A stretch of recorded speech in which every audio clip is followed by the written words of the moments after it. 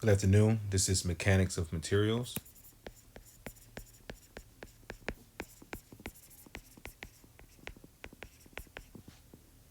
Once again, we're using the fifth edition of the statics textbook.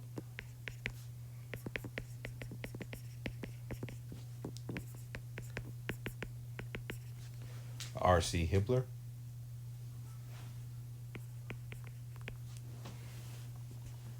So we're working through chapter 8. And let's pick up where we left off and work through a few more problems.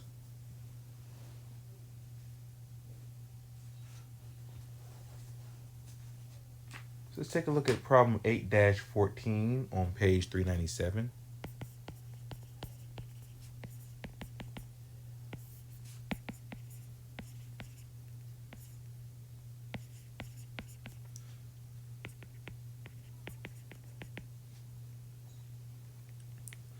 This problem states the rigid pipe is supported by a pin at A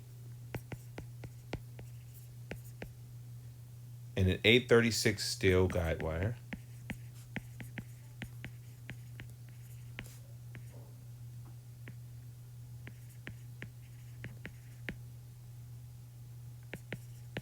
BD. If the wire has a diameter of 0.25 inches, determine how much it stretches when a load of P equals 600 pound force acts on the pipe. So let's draw a free body diagram.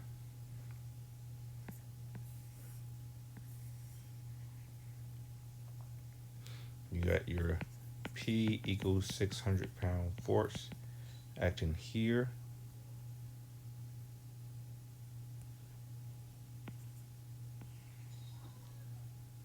You have your FBD from the guide wire. This is 3 feet.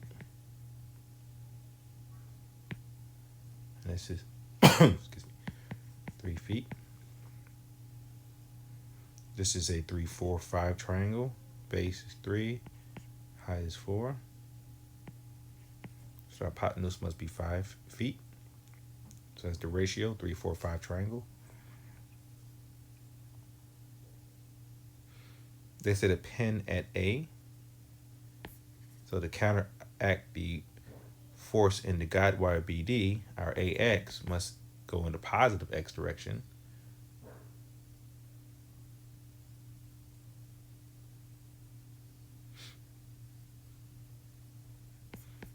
AY.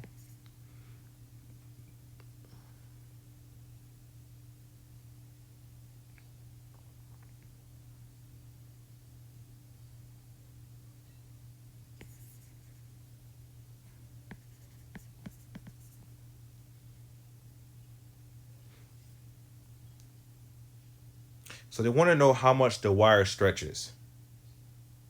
So we want to know the force in wire BD. So we have the unknowns at the pin and the unknown in the wire. So if we take the moment about point A, we can eliminate the forces AX and AY.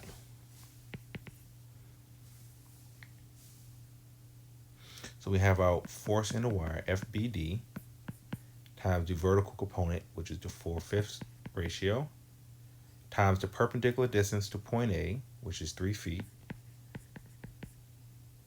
minus the clockwise causing rotation of force P about point A, times its perpendicular distance, 6 feet, 0. Solve this out. FBD equals to 1,500 pound force. Let's move to a fresh page. So we solve for FBD, 1,500 pound force. So they want us to determine how much it stretches. So we have our force now. So we calculate our normal stress in the wire. Force over the area.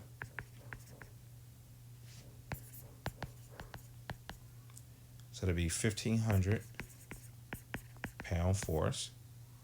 The area of the wire, they gave us the diameter is 0.25 inches. So power of 4 times d squared.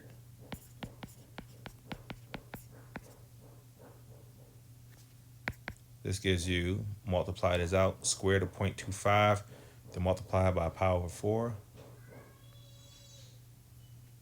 This comes out to be 30.56 times 10 to the 3 pound force per inches squared. So that can be equivalently written as, that's 10 to the 3, which is kilo pound force per inch squared. So it's kilopound per square inch, KSI.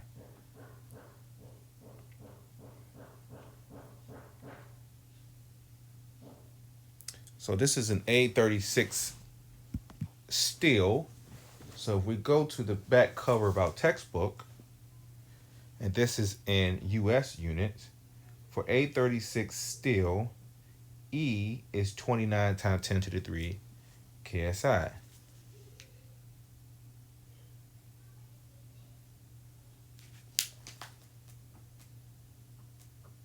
Which is our modulus of elasticity. And for A36, our yield stress is 36 KSI.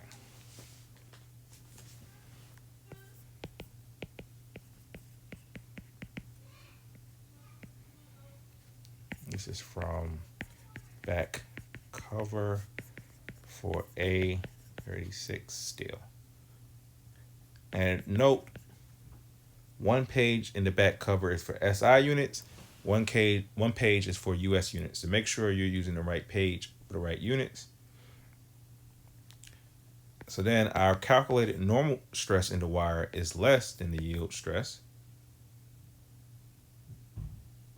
right? So our 30.56 KSI is less than the yield stress of 36 KSI. So we can use Hooke's law. Now, sorry, we wrote from the back text as well. Our E for A36 steel was 29 times 10 to the 3 KSI. So using Hooke's law, the modulus elasticity times the strain in wire BD, we have 30.56 KSI equals to 29 times 10 to the 3 KSI times the strain in the wire BD.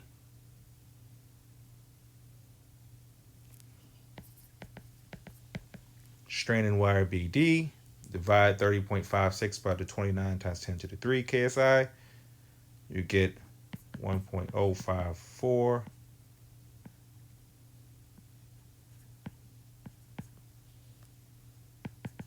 times 10 to the negative 3 inch per inch.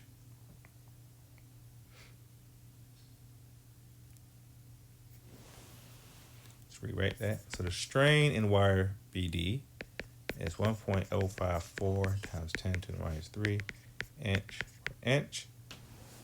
So we know the unstretched length, so before the load is applied, is the hypotenuse of the triangle. So we said it was a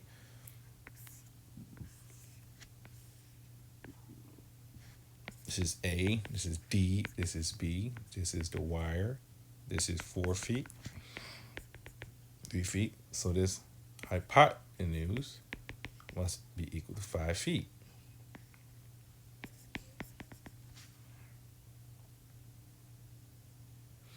So the unstretched length, square root of 3 squared plus 4 squared equals 5 feet.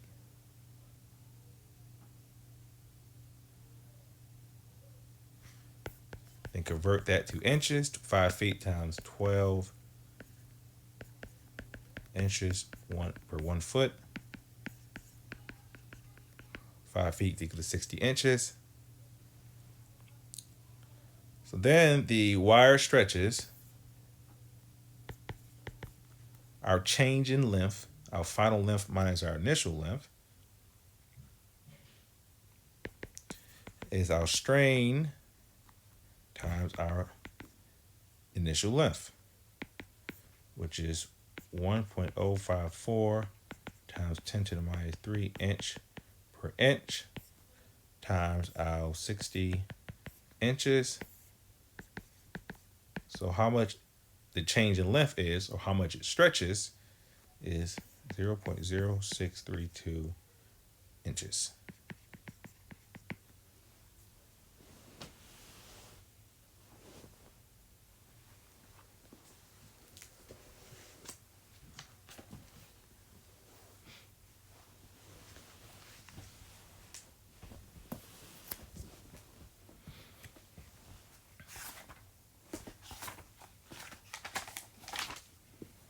So let's move on to section 8.5.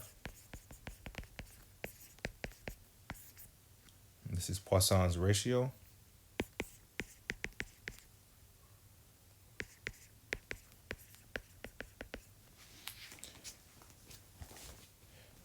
So we've been talking about how bars in general deform from a perspective of elongation. But when they do elongate due to a load applied force, they change in their radius or laterally as well. So as this thing stretches, its radius will become smaller, so it contracts.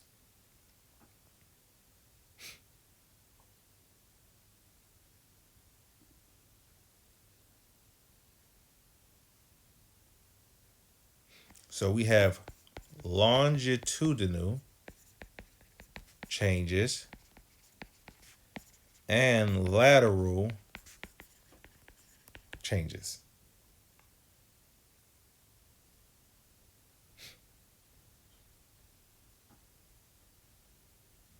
So then with that being said, we have strains in both directions as well. We're familiar with our longitudinal strain.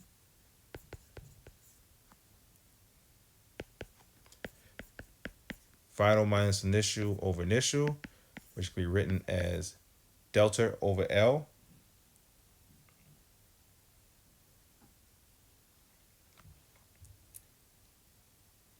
And we define how much it changes laterally or radially. So we set our radius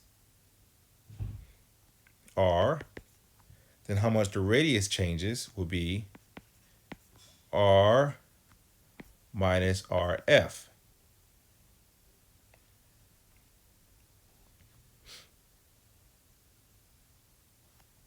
And we can set this to be delta prime. So then our lateral strain would be prime over R.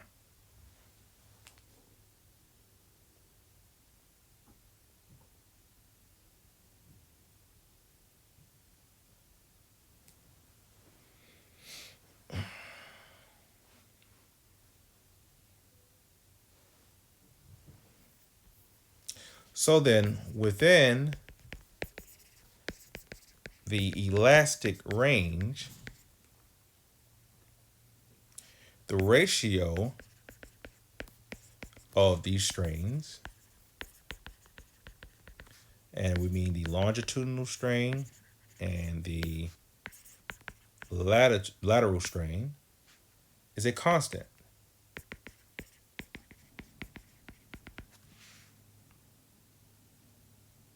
And this is referred to as Poisson's ratio.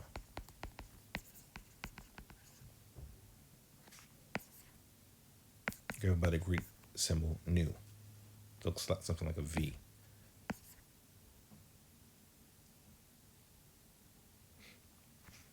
So V is the ratio of the lateral strain over the longitudinal strain. And the negative sign is just because, we'll say, put it here. So longitudinal elongation is set with a positive strain value.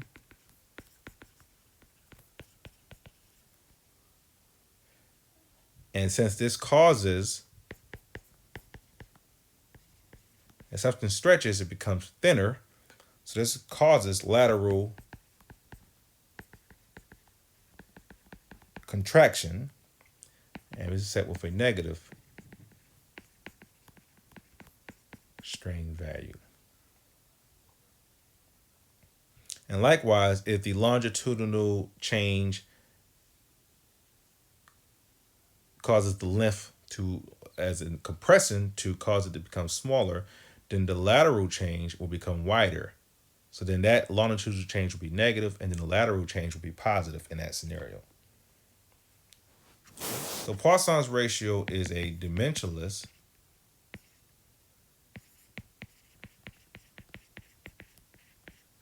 quantity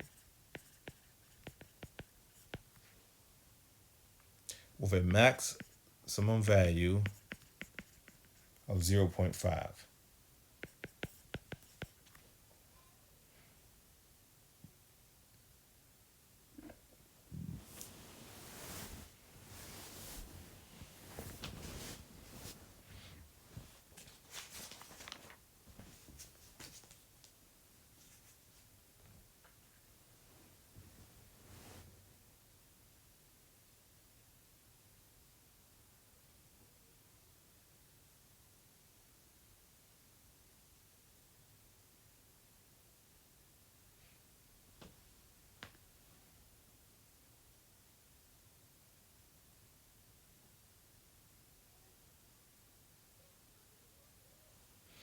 Okay, so we worked through chapter 8. We were talking about tension testing.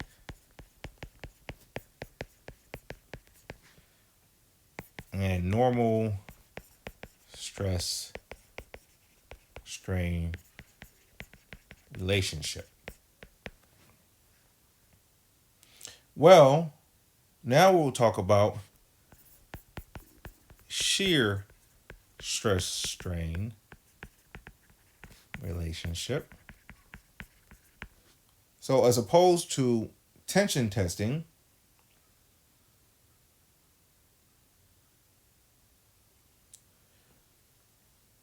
there's torsional testing,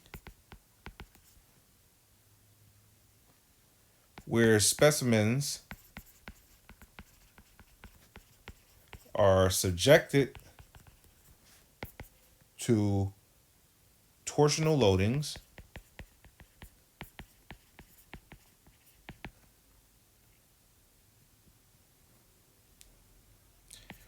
and measurements are made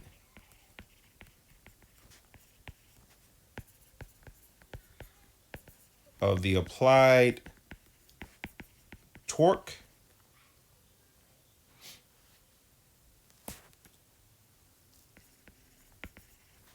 and the resulting angle of twist.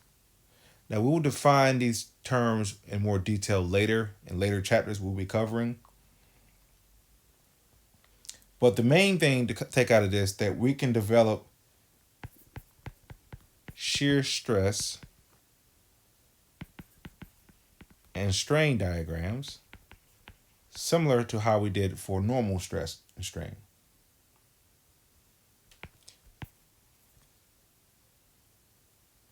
So the material will exhibit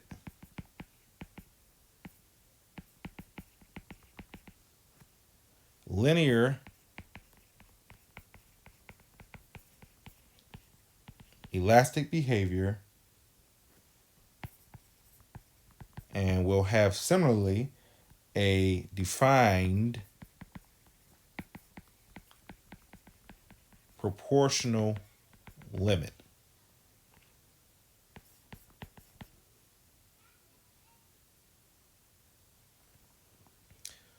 Also, strain hardening will occur until you reach an ultimate shear stress.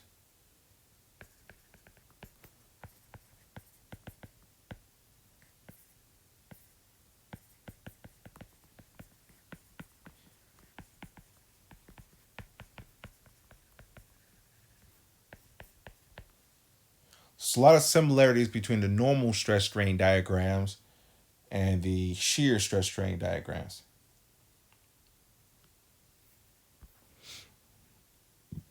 So finally, the material will lose its shear strength until it fractures.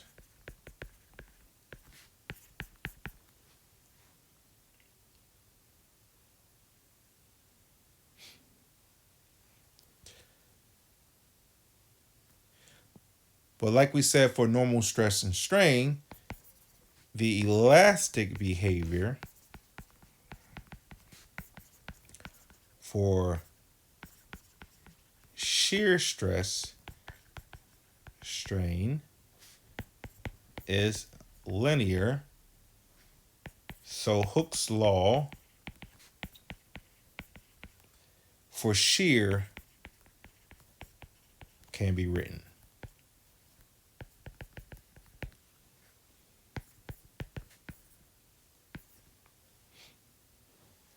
Where G is similar to our E, the Young's modulus of elasticity. This is called the shear modulus of elasticity, or sometimes termed the modulus of rigidity.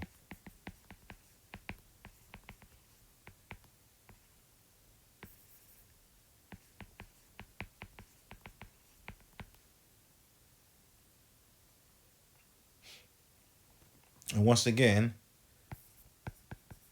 similarly to E, represents the slope of the line on the shear stress strain diagram up until the proportional limit.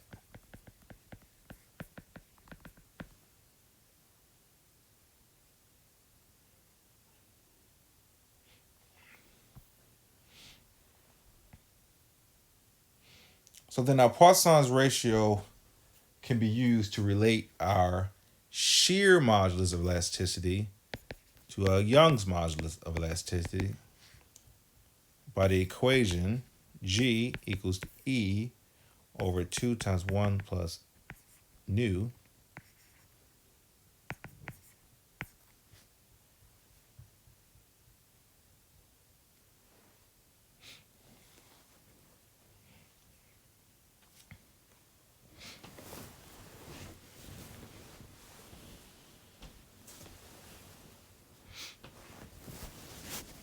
This is equation 8-11 in the text.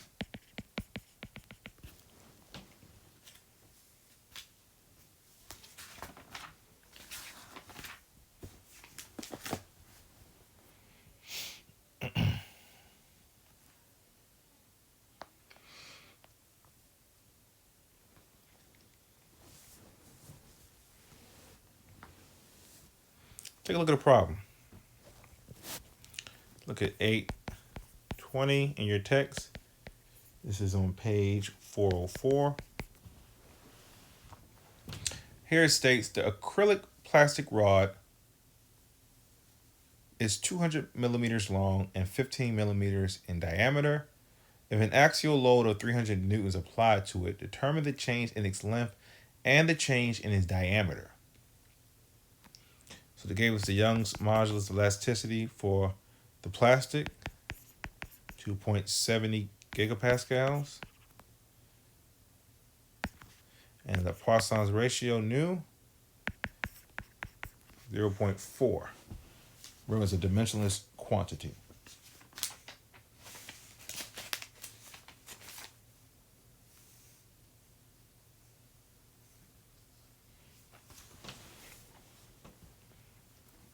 And we know this is equal to the ratio of our lateral strain over our longitudinal strain.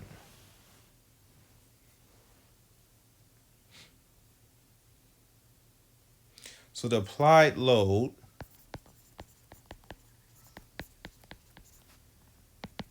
P is 300 newtons. So that our normal stress is the load over the area. So this is 300 newtons over the area. It's a 15 millimeter diameter. So this would be pi over 4 times d squared. To get it in standard SI units, that's convert the 15 millimeters to meters. So 0.015 meters squared. Solve this out. This becomes to 1.68 megapascals.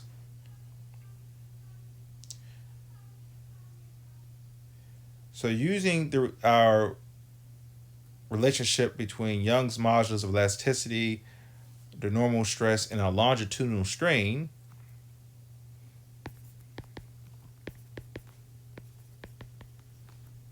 and rearranging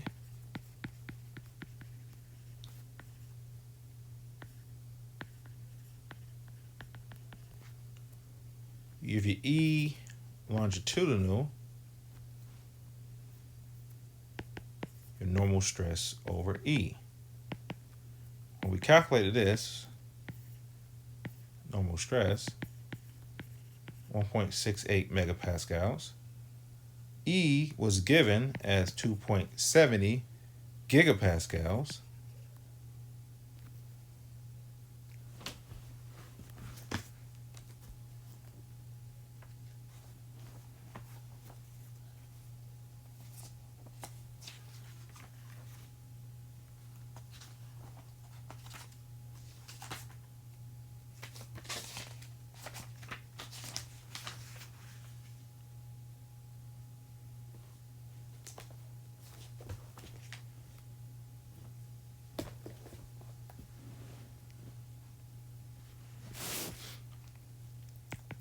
Make this clear, this is 1.68 times 10 to the 6 pascals, megas 10 to the 6, over 2.70 times 10 to the 9 pascals. Gigas 10 to the 9. Solve this out. E longitude, your longitudinal strain comes to 0.00063.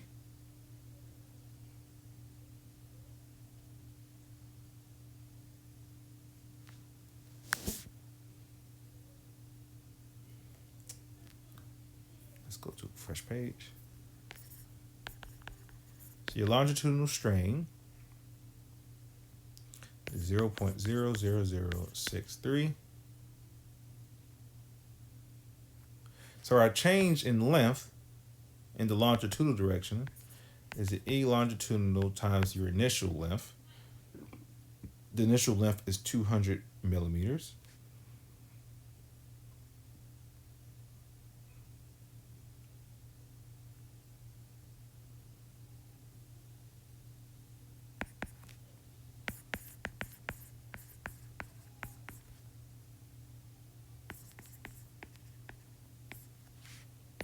So your change in length is 0.126 millimeters.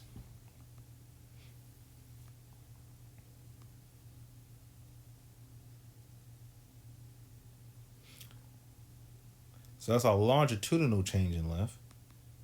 So then with the change in length of the diameter, well, we know from Poisson's ratio, we said the given value nu,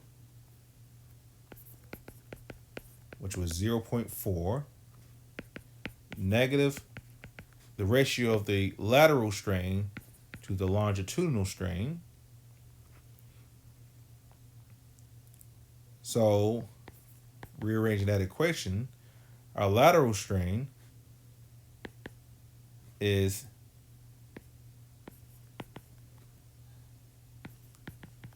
times our longitudinal strain. We know both of these values now. So our lateral strain is negative 0.4 times the longitudinal strain, which was 0.00063, which gives you negative 0.00025.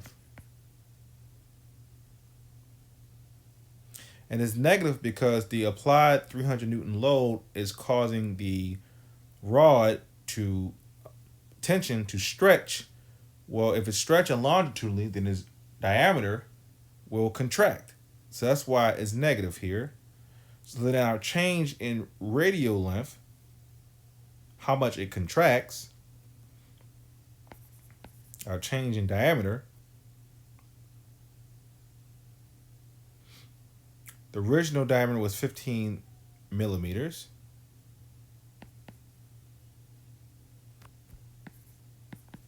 Our lateral strain times our initial diameter,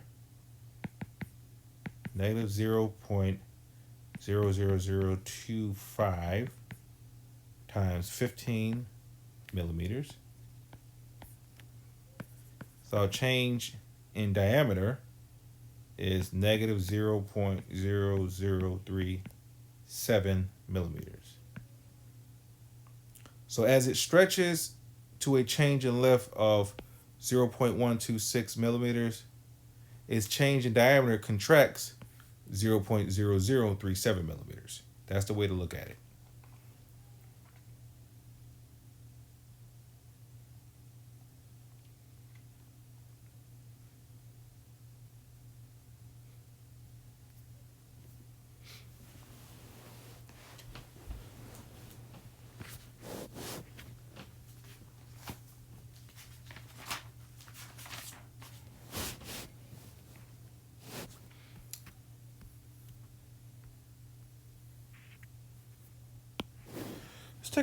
Let's start working through chapter 9,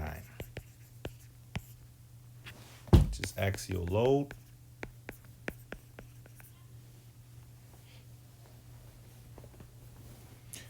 In this chapter, we'll be working to determine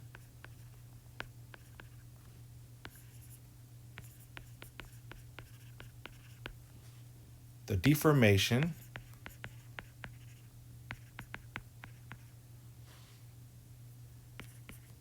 of an axially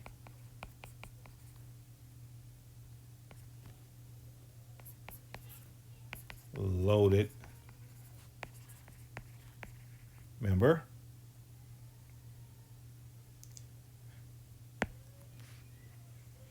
And we will develop a method for finding support reactions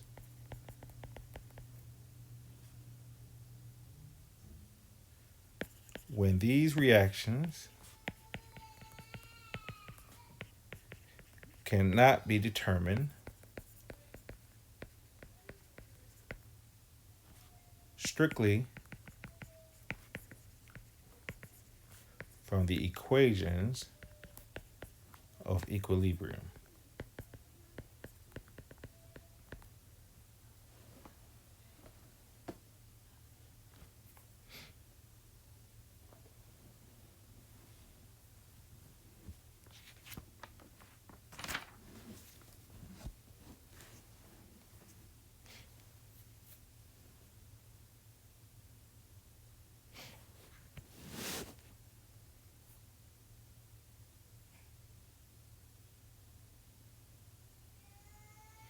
So let's talk about St. Venant's principle.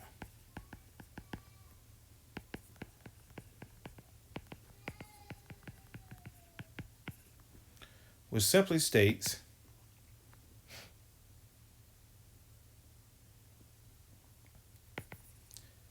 that the stress and strain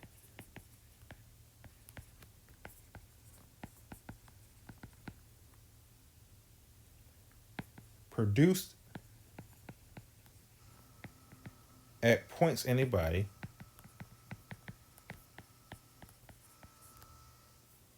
sufficiently removed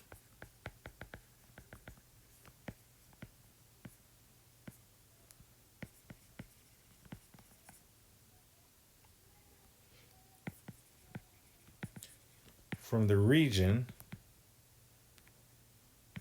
of the external load, from the region of, say, where the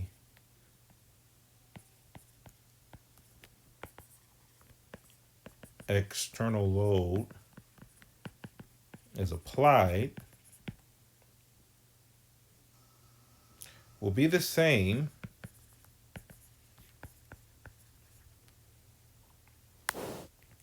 as the stress and strain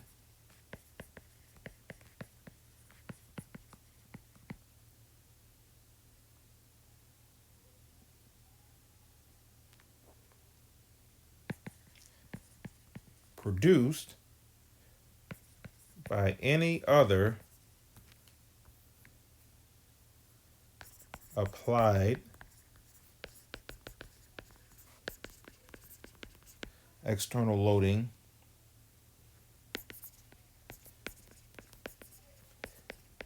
that has the same statically equivalent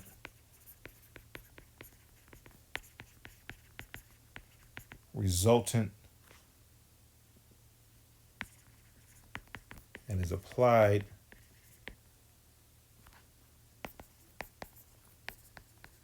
to the body within the same region.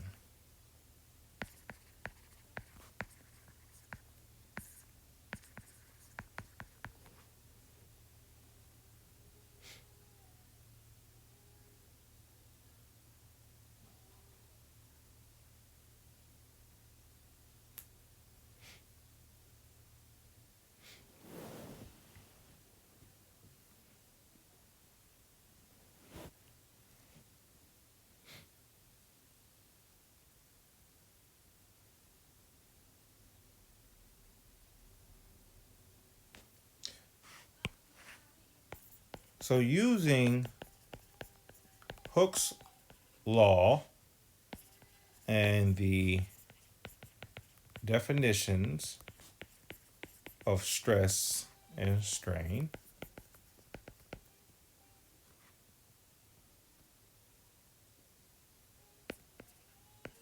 we will determine the elastic displacement of a member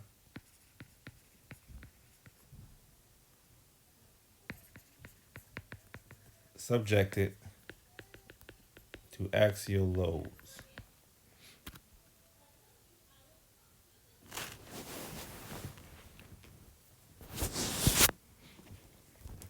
So define a term.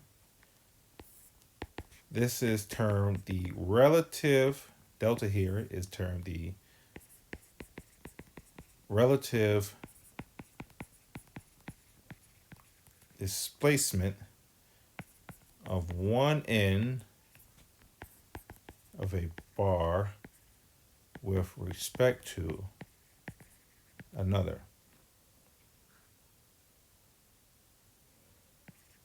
as caused by the loading.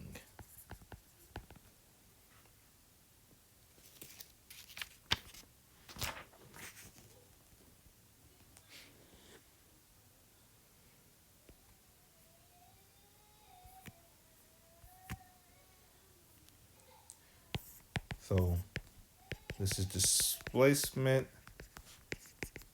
of the bar respect to another point on the bar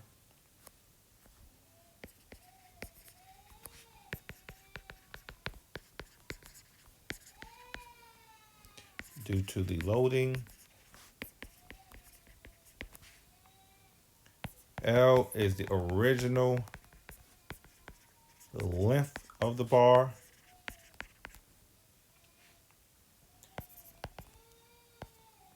N is the eternal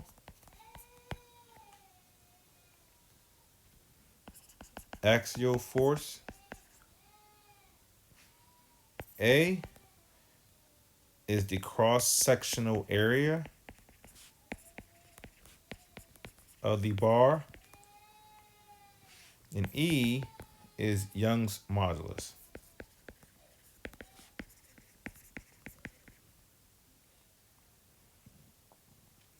So if it is a constant cross-sectional area, A, and the materials is homogeneous, so constant Young's modulus, E, if the material is homogeneous, the Young's modulus is constant. And there's a constant external force applied to the N, so then our internal force is also constant. Then these variables can be related by this equation. The displacement is the product of the internal force times the original length over the cross-sectional area times Young's modulus. Now, if the bar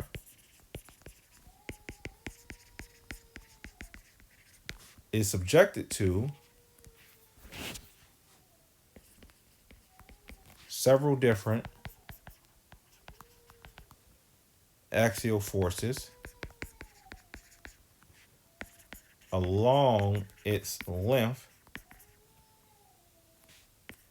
or the cross-sectional area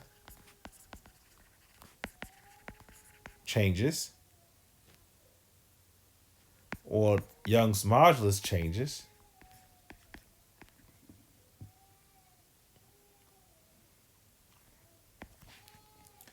then we can apply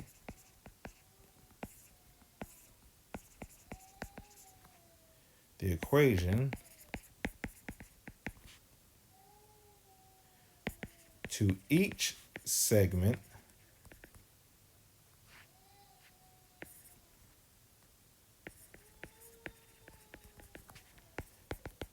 of the bar where these quantities remain constant. So in this case, then it's to be the sum of NL over AE. So each segment where these values are constant, we will calculate our displacement and then sum it up at the end to get the total displacement of one end with respect to another. So then for our sign convention,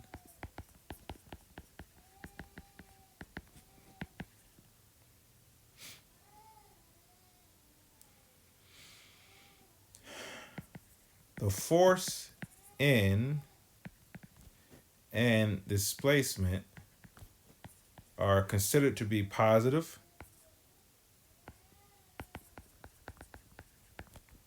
if they pull away, cause tension,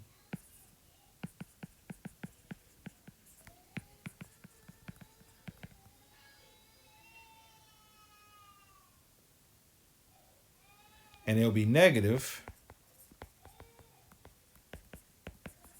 they cause compression on the bar.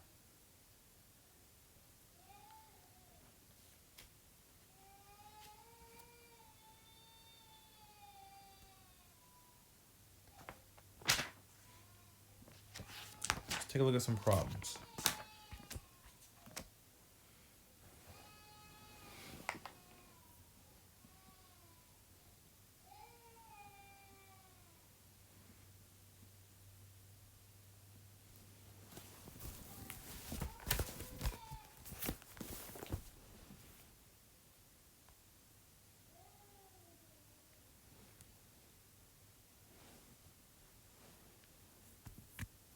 look at problem 9-1 from your text. This is on page 423.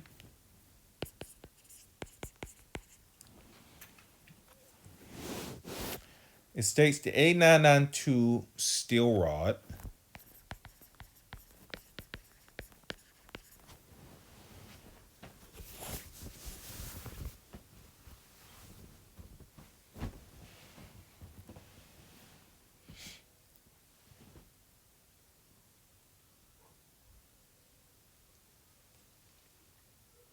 is subjected to the loading shown if the cross-sectional area of the rod, so we got cross-sectional area is 80 millimeters squared.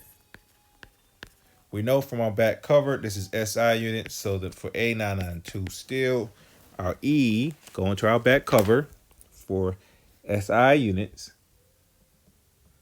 29 times 10 to the 3 KSI. No, SI units, I'm sorry. This is 200 gigapascals.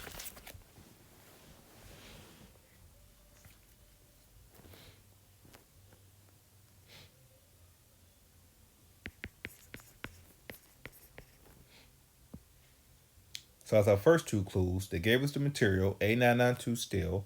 We saw its SI units, so we'll get our Young's modulus E. The area, cross-sectional area, is 80 millimeters squared. And they want us to determine the displacement of B and A.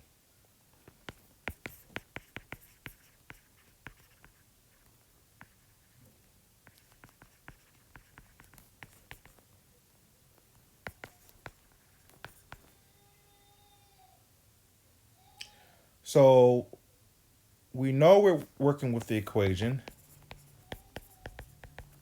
However, we have different forces on this rod. So we have to do it in sections because the force over here, even though the material is constant, the loadings are not. So we have to do it in sections and then sum it all together to get our displacement. So that being said, let's start with our free body diagram.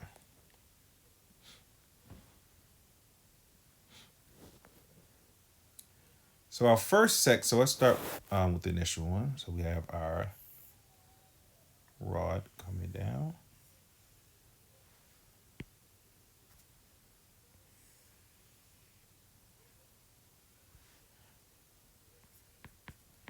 You have 10 kilonewton force at A,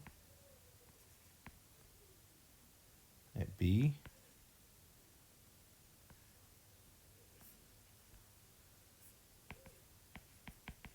that's 5 kilonewton forces. These are 3, 4, 5 triangles.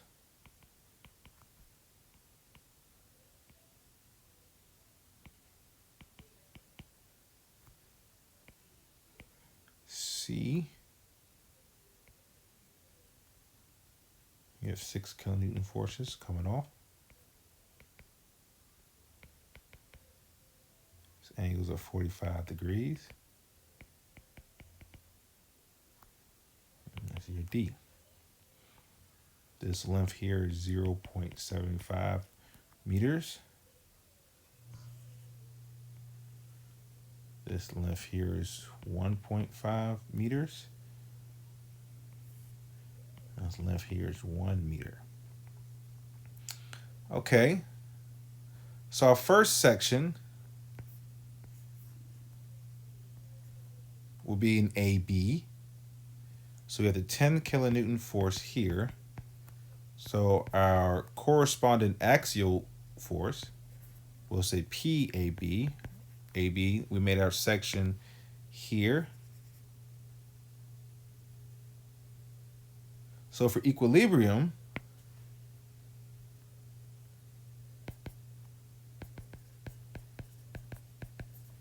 sum of our forces in the y direction equal to 0. So PAB minus 10 kilonewtons equals 0. So PAB is equal to 10 kilonewtons. Our next cut will be made in segment BC. So then this looks like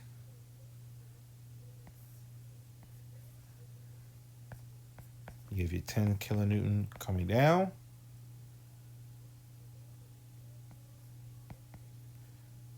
You have your B here. You have your 5 kilonewton forces. And your 3, 4, 5 triangles we said.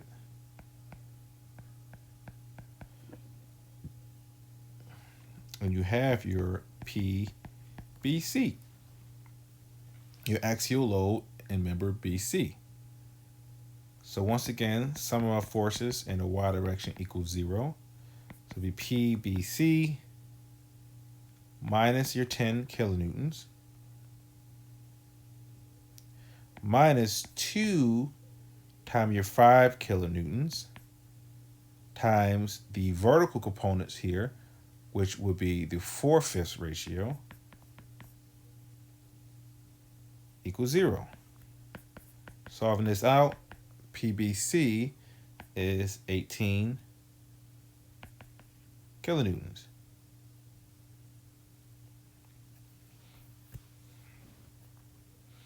So our last section will be here in CD. So draw that free body diagram.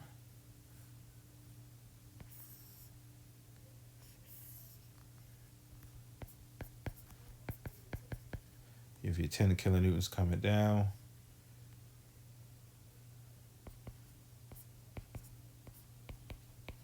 You have your 5 kilonewtons.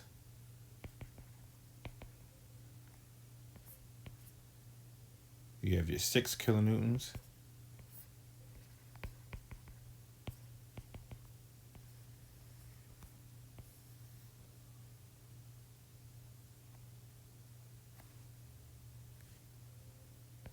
You have your axial force, the internal force here, what we made our cut, PCD. This is 45 degrees. This is 3, 4, 5 triangle. Likewise on that side. So for equilibrium, sum of our forces in the y direction equals 0. So you have PCD minus your 10 kilonewtons minus your 2 times your 5 kilonewtons times their vertical components, which is the 4/5 ratio, minus your 2 times your 6 kilonewton components times their vertical ratio, which will be the sine of the 45 degrees,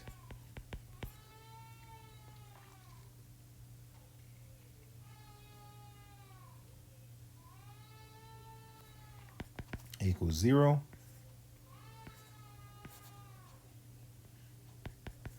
Solve this out. PCD, internal axial load in segment CD, is 26.5 kilonewtons. So to summarize, we have PAB equals 10 kilonewtons, PBC equals 18 kilonewtons, and our PCD is 26.5. And the problem statement said the rod had a constant cross section, right? So A is the same. So then the maximum normal stress occurs in segment CD because it has the highest internal force. So it's the highest stress. So our maximum stress for this total rod is the stress in segment CD, which would be our load in CD over the area in CD. Cross-sectional area is 80 millimeters squared.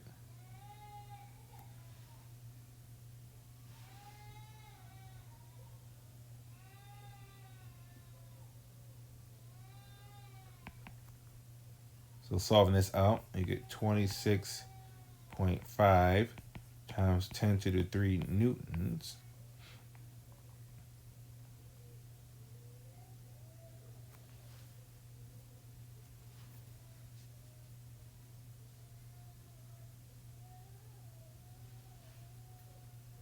over 80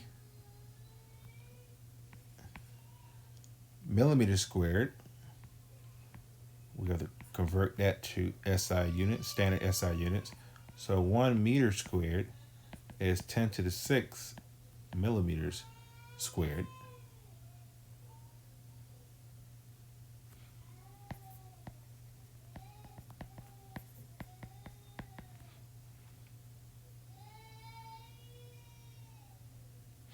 This comes out to be 331.1 times 10 to the 6 pascals, which is equal to 331.1 megapascals. Mega is 10 to the 6. So let's rewrite that here. So for our from our back cover of the textbook, for A992 steel, and this is in SI units,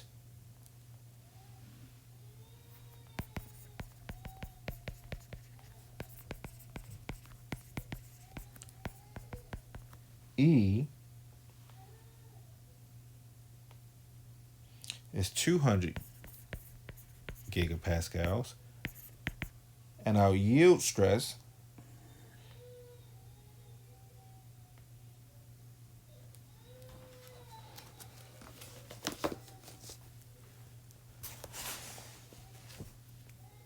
is 345 megapascals. And we just calculated our maximum normal stress is 331 megapascals.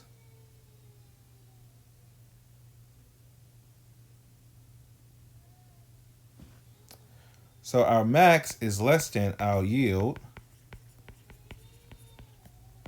So Hooke's law can apply.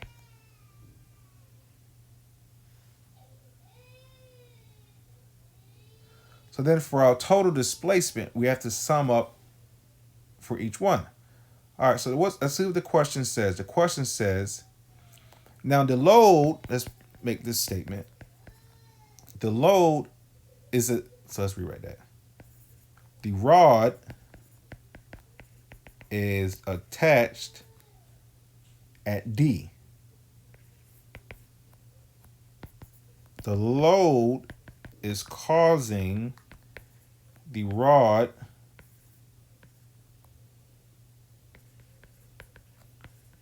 to deform or elongate in this direction, downward.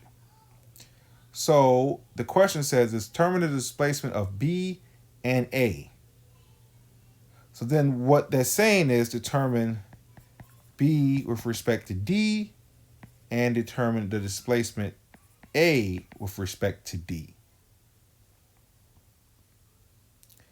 So our first one, displacement of B, or B with respect to D, we have to take into consideration segments DC and BC. For A, displacement of A, or A with respect to D, the total rod's displacement, we have to take into consideration all three segments.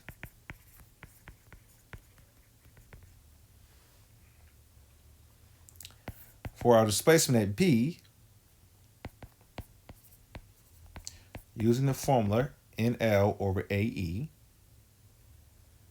remember the cross-sectional area is constant and it's the same material, so A and E are constant. So this can be written as 1 over the cross-sectional area times E over our different loading time length segments. So this be our loading axial load in segment BC times the length of segment BC plus the axial internal load in segment CD times the length in segment CD. Writing this out, this is 1 over the cross-sectional area which was given in millimeters squared. So it's 80 millimeters squared, getting in standard SI units. 1 meter squared is 10 to the 6 millimeters squared times E. And we said for A992 steel, E is 200 gigapascals. Well, giga means 10 to the 9. Pascal means newtons per meter squared. So this is 200 times 10 to the 9 newton per meter squared. So that's our 1 over AE.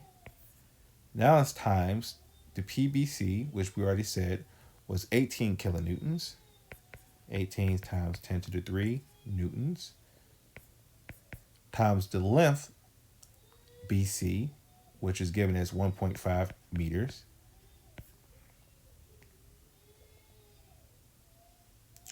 Plus the PCD, which is 26.5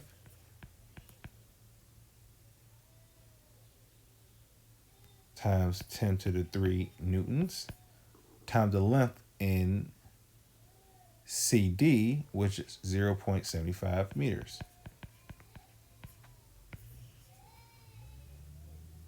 Solve this out. Displacement in B is 0.00293 meters or 2.93 millimeters in the downward direction. That's how B moves. B moves downward. So then now for our displacement of point A with respect to D, written either way, that would be the, once again, the sum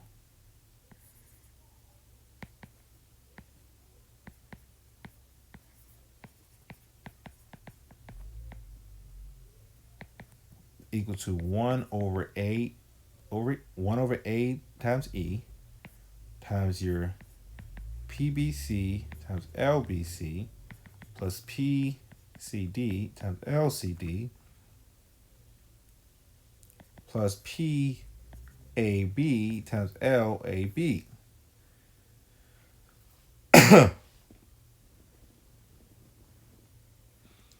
So this can be rearranged to, since we solved for 1 over AE times PBC over LBC plus PCD times LCD for our displacement of B, we did some of our work already. This can be rewritten as the load, internal load in segment AB times the length of segment AB over A times E plus our displacement at B, which we already solved.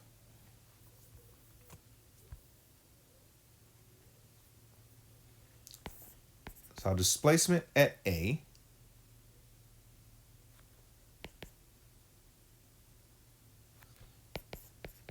internal loading AB times length AB over A times E plus the displacement of at B, which we already determined. So PAB we determined was 10 kilonewtons, which is 10 to the times 10 to the 3 kilonewtons, 10 to the 3 newtons, times length AB, which is 1 meter. The area, which is 80 millimeters squared, 1 meter squared is 10 to the 6 millimeters squared. E is 200 gigapascals, which is 200 times 10 to the 9 gigapascals is Newton per meter squared. We're just taking out units and mathematically writing what they stand for. Plus our displacement at B, what we just calculated is 0.00293 meters. Solving this out, our displacement of A comes out to be 0.00355 meters, which is 3.55 millimeters downward. So the value is positive, so it's moving downward. Take a look at another problem.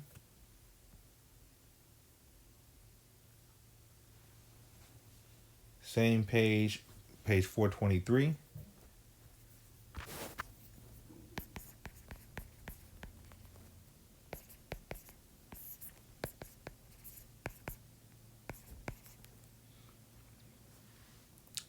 So if a copper shaft is subjected to the axial loads shown, determine the displacement of NA with respect to ND.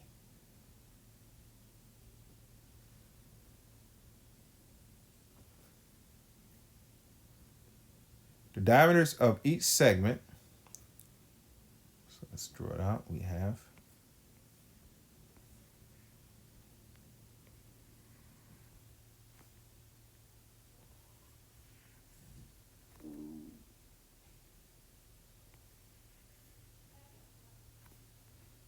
we got 6 kip.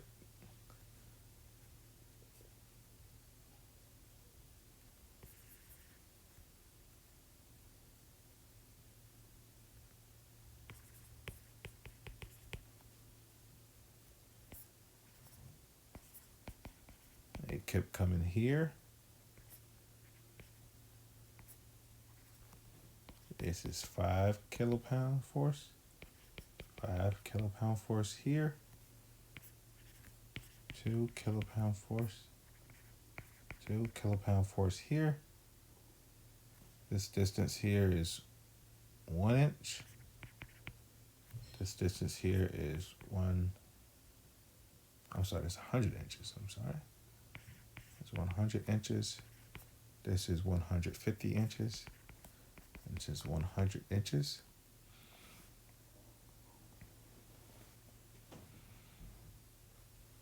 And this is a copper shaft. They gave us the Young's modulus of elasticity is 18 times 10 to the 3 KSI.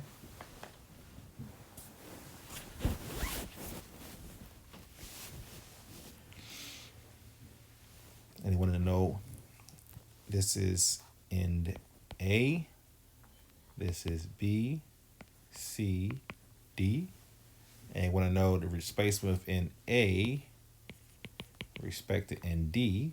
So we need to know the internal loads throughout the whole segment, the whole bar, or whole shaft, I should say. And they gave us the diameters of each segment. So let's get to work.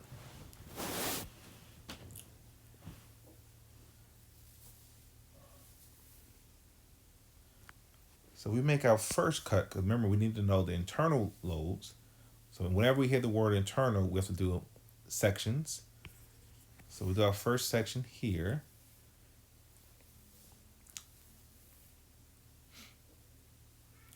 So that's between points A and B. So that'll be segment AB. So reproduce that down here.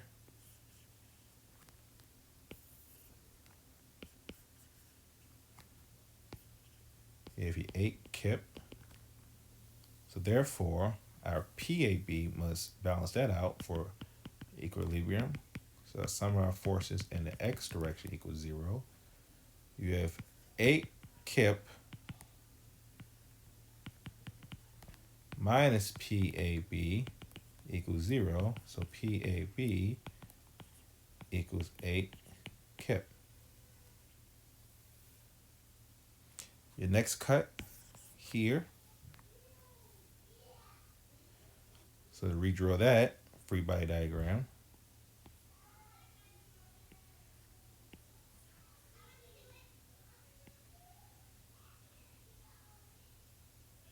you have your 5 kip here, 5 kip here, and your 8 kip there. And you have your PBC, your internal load in segment BC, where we made our cut. So sum of our forces in x direction equals 0. You have PBC plus 8 kip minus 5 kip minus 5 kip equals 0. PBC is 2 kip.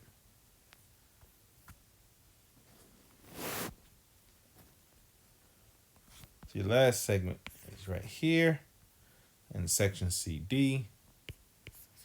Looking at that, you have 6 kip that way. Your PCD is here. Sum of forces in the x direction equals 0. You have 6 kip minus PCD equals 0. So PCD equals 6 kip. So to summarize again, we have our PAB, the internal load in segment AB, is 8 kip. And our PBC, the internal force in segment BC, is 2 kip.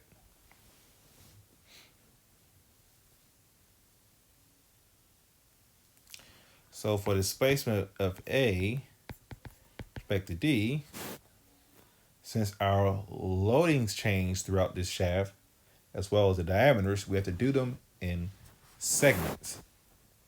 So this will be the sum of load times the length over the area times the Young's modulus. And remember, if our internal force and displacement compresses, then it's, or pushes or contracts, is negative. If it elongates, then it's positive. So our PAB will be negative, our PBC is positive, and our PCD is positive.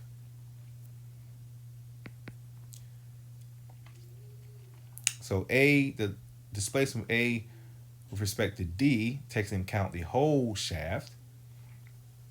So internal loading in segment AB, we said was negative in this case.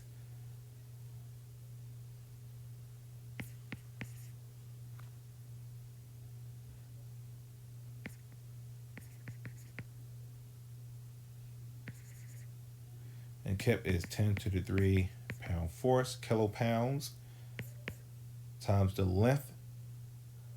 And segment A, the original length is 80 inches. The area in AB is given in the problem statement as 0.75. I'm sorry, the diameter is given as 0.75 inches. So with the calculate the area, which is pi over 4 times d squared. Then times the Young's modulus, which was given, which is 18 times 10 to the 3.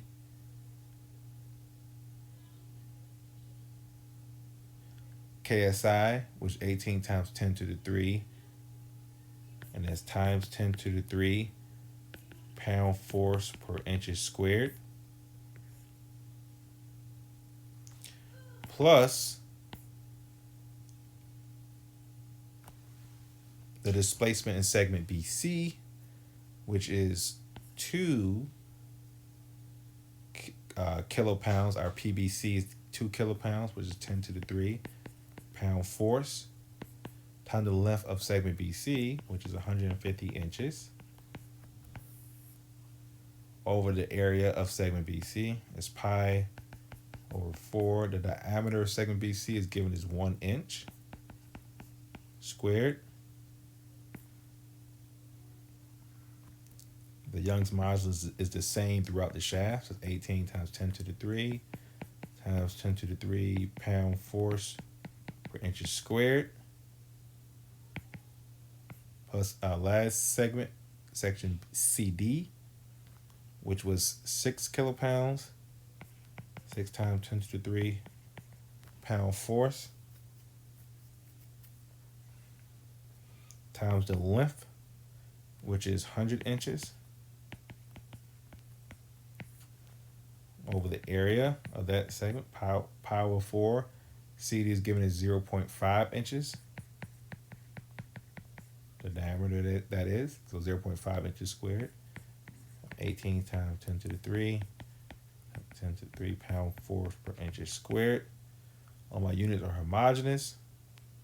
Plug this to our calculator and solving out. The point A displaces with respect to point D. Got 0.111 inches. So A, since it's positive, A moves away from D.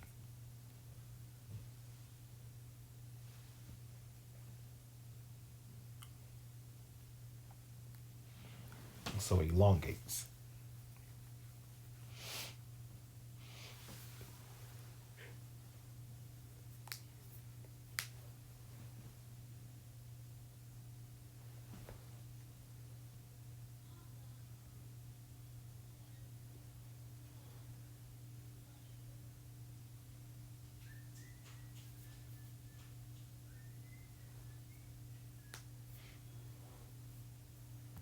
Take a look at another problem.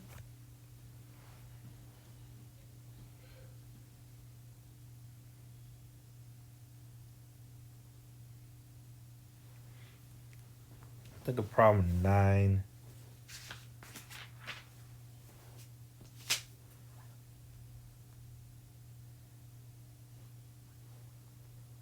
Let's take a look at problem 9 dash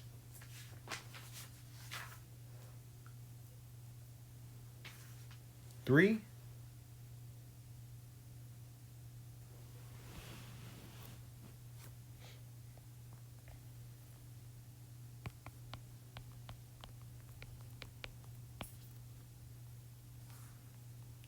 This is on the same page.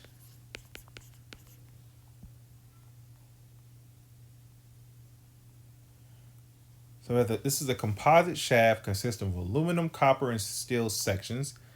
So we have three different materials. So we know we're going to have 3 different E's, Young's modulus of elasticity. It's not a homogeneous shaft, 3 different materials. Determine the displacement of NA with respect to D and the normal stress in each section. The cross-sectional area and the Young's modulus of elasticity for each section are shown. Neglect the size of the collars BC. So let's see what we're working with here.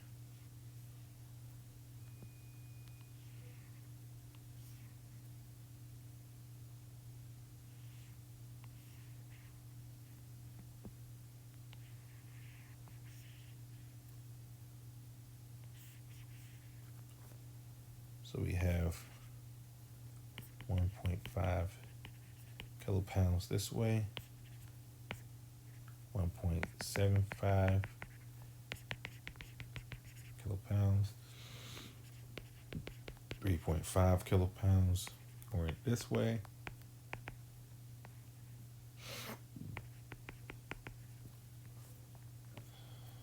You have 2 kilopounds that way. A, B, C, D. This is 18 inches, 12 inches, 16 inches. This is aluminum. This is copper section, and this is steel. All right. So now we have to make a cut here. So in segment AB, 2 kip going this way. So our internal force PAB. Sum of our forces in X direction. PAB minus 2 kilopounds equals 0.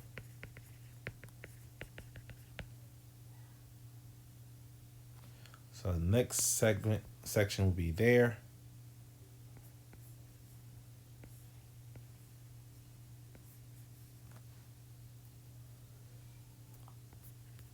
Yeah, 2 kilopounds to the left.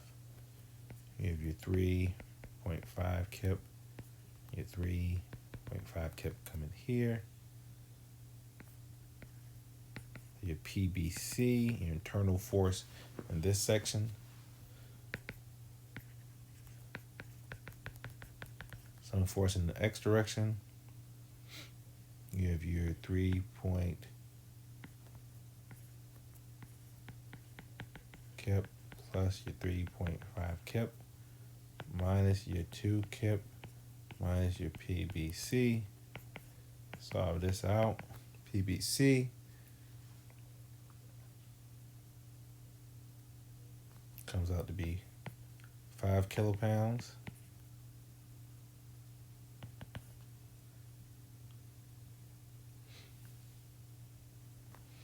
Last but not least, you have your cut here. Segment CD. 1.5 kilopound.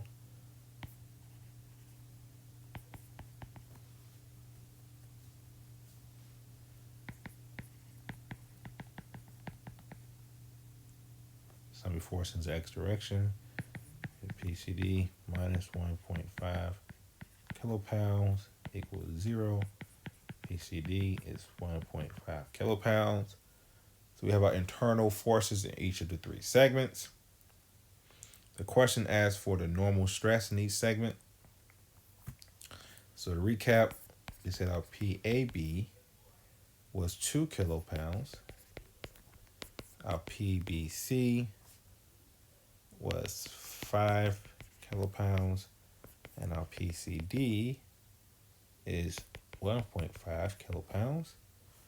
So our normal stress in segment AB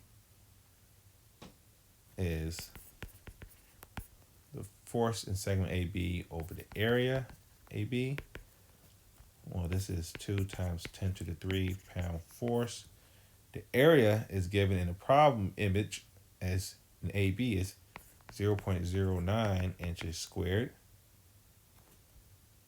So this comes to 22.2 times 10 to the 3 pound force inches squared, or 22.2 KSI, kilopound per square inch.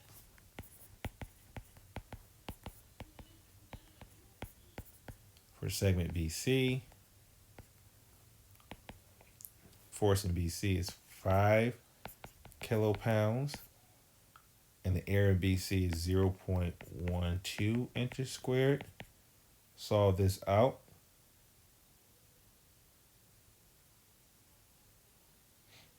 This comes to be 41.7 KSI.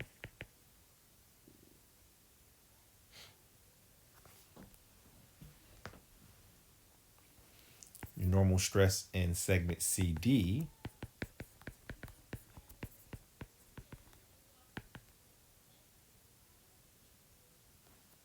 is 1.5 kilopound over area, which was given for segment CD as 0.06 inches squared. This comes out 25 kilopound per square inch, KSI. So we said for our sign convention, so that's our normal stresses, if the internal force is causing pulling, tension, it's positive, it's just pushing, compressing, then it's negative. So PAB is positive, both PBC and PCD are negative. So then for our displacement, A with respect to D, since the material changes, the forces changes, this is 3 different segments we have to look at. So it's the sum, the load times the length over the area times Young's modulus. So PAB is positive. So it'd be 2 times 10 to the 3 pound force, kilopounds.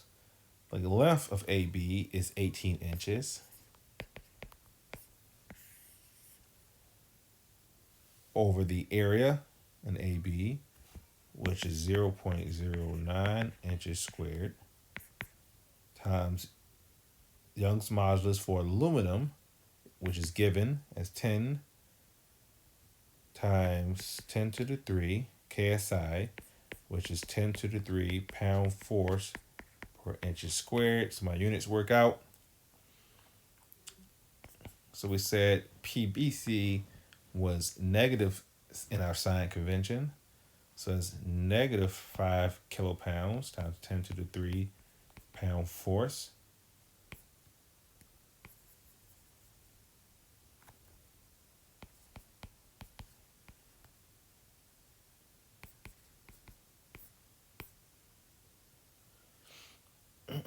The length in segment BC is 12 inches over the area in BC, which is 0.12 inches squared, times the Young modulus for copper, which was given as 18 times 10 to the 3 KSI, which is 10 to the 3 pound force per inches squared. We said for our sign convention that PCD was negative as well. So it's negative 1.5 times 10 to the 3 pound force, kilopounds, times the length of CD, which is 16 inches, over the area in CD, which was given as 0.06 inches squared. The Young's modulus here is 29 times 10 to the 3, and that's KSI, so 10 to the 3 pound force per inches squared. So my displacement of point A in the shaft with respect to point D is negative 0.00157 inches. So then this means that since it's negative, A does not move from D. A moves towards point D.